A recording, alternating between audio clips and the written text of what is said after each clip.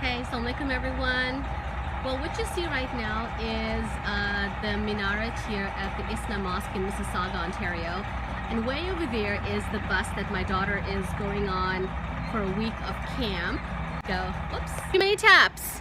Hey guys. So I'm sitting here waiting for the bus to load and watching all the kids and parents load their kids as they go off for a week of camp. And it's so exciting to have teenagers getting ready to spend a week together in leadership camp where she is a leader in training. She's 16 now. Well, I'm losing track of how old my kids are. And to be able to give our children the opportunities to grow and blossom, because you know we don't own our kids. We don't. They come through us and we are just participants in blossoming and helping them to blossom, so we can create ways and a platform for them to grow and show the world the gifts that they came with.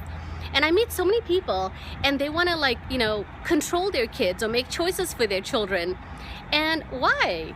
Because you have your own dreams and your own goals. Guide them and help them and nourish them and support them and protect them, but then let them go and let them fly a little bit. And let them fall, because mistakes are part of the growing process. And I love the fact that she's so excited. They asked her to be a leader. She is feeling super happy and thrilled that she spent hours and weeks watching all the training and stuff like that. So I'm so happy for her. I'm over the moon for her. And you know what? Hey, Assalamu alaikum Khadija, nice of you to join us.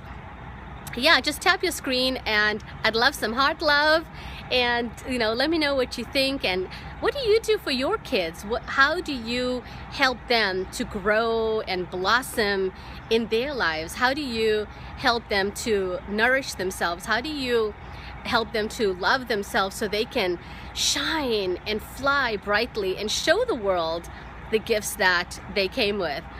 And I'd love to know how you do it, because for me it's all about pushing them. Aw, thank you for the heart love. I have green hearts coming out, Khadija, thank you. How do we help our kids? Because one day when we make our transition, we're gonna go and they're gonna remain and they're the future. How do we help them? Hey, Assalamu alaikum Aisha 20210, nice of you to join me. Tell me where you're calling in from. And I'm just gonna switch my hand here because my hand's getting tired.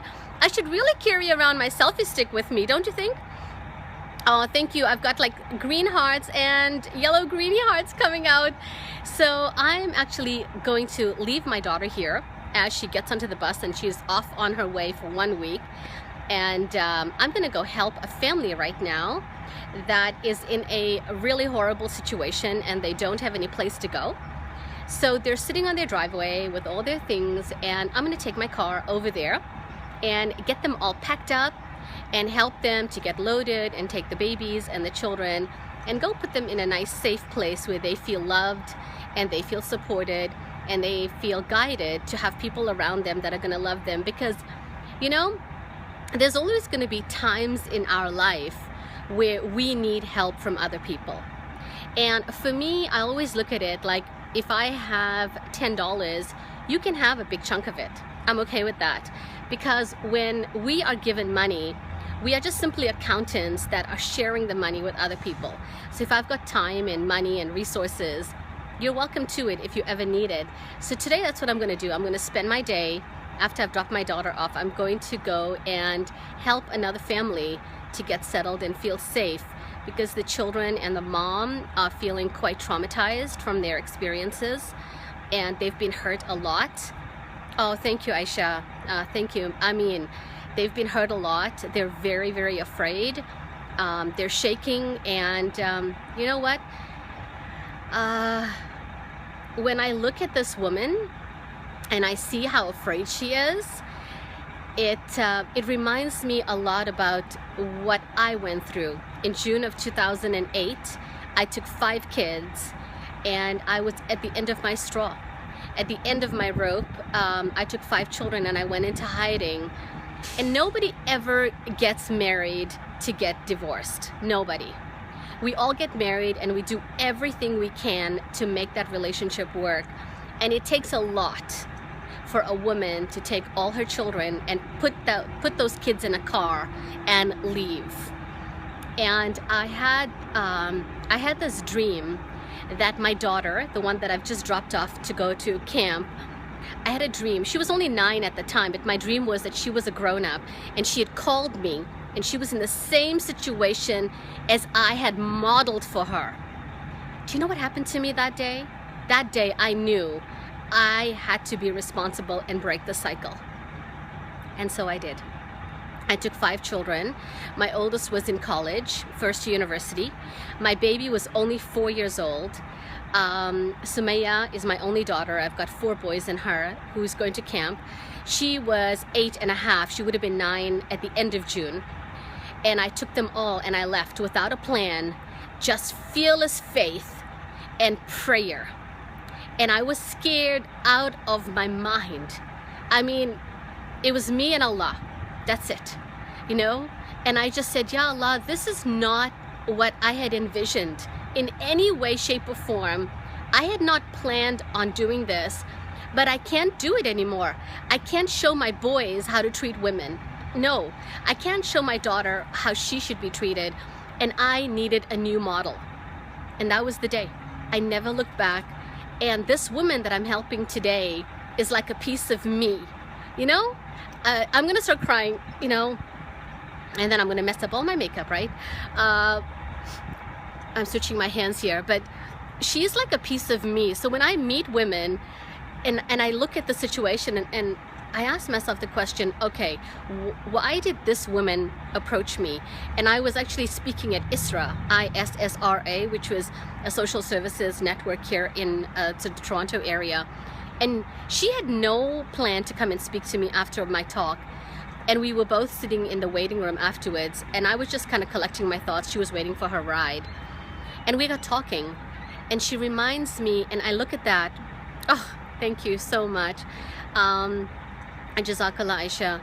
And I thought to myself, you know what? I made a dua a long, long time ago. And I asked Allah, I said, help me to help one woman through my story of pain and humiliation and manipulation and abuse. Let me help one woman. And now on a daily and a weekly basis, I have women that come to me and Allah answered my prayer. You know, He did. How can I not be a woman of gratefulness? How can I not be a woman who is always in a state of shukr? To say, when I say something, I'm helping somebody. When I'm doing something, I'm helping somebody. You know, what little we do for others comes back to us 100 times over and 1,000 times over in Allah's bounty. It is so incredible. Ameen. Thank you, Khadija. Thank you so much. Ameen. And may Allah give you more of the du'as that you make for me. Well, it's so nice connecting with you guys. I'm so glad you were here this morning to share this morning with me as my princess, the girl that I have set an example for.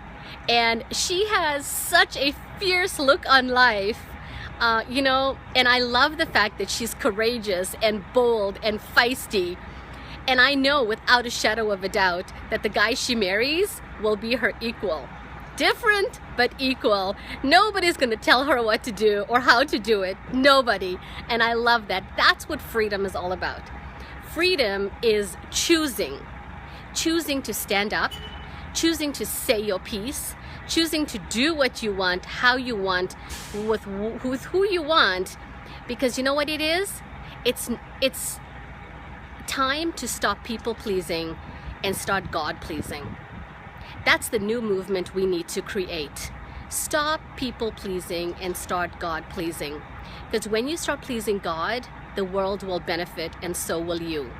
But as long as you run on that program of people pleasing, nobody will ever be happy. Nobody. And neither will you, because you will feel this deep sense of emptiness inside of you that never ever gets fulfilled. So that's my philosophy. I think we should stop people pleasing and start God pleasing, and then everybody will benefit.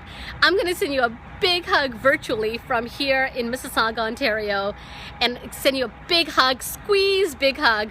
I love you unconditionally, and you go ahead and give yourself permission to love yourself, respect yourself, and nurture yourself enough to raise your voice in a beautiful, compassionate way, first with yourself and then with others. Thank you, Aisha. Thank you so much. Yes, stop people pleasing and start God pleasing. That's it.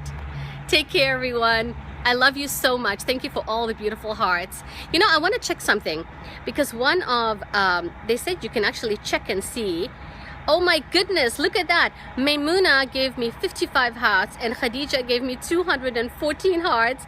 Oh my God, that is so cool. I can actually check that out. Oh, thank you so much. You started my morning so beautifully. Jazakumullah khairan. May Allah reward you and bless you in every facet of your life. Take care. Assalamu alaikum wa rahmatullahi wa barakatuh.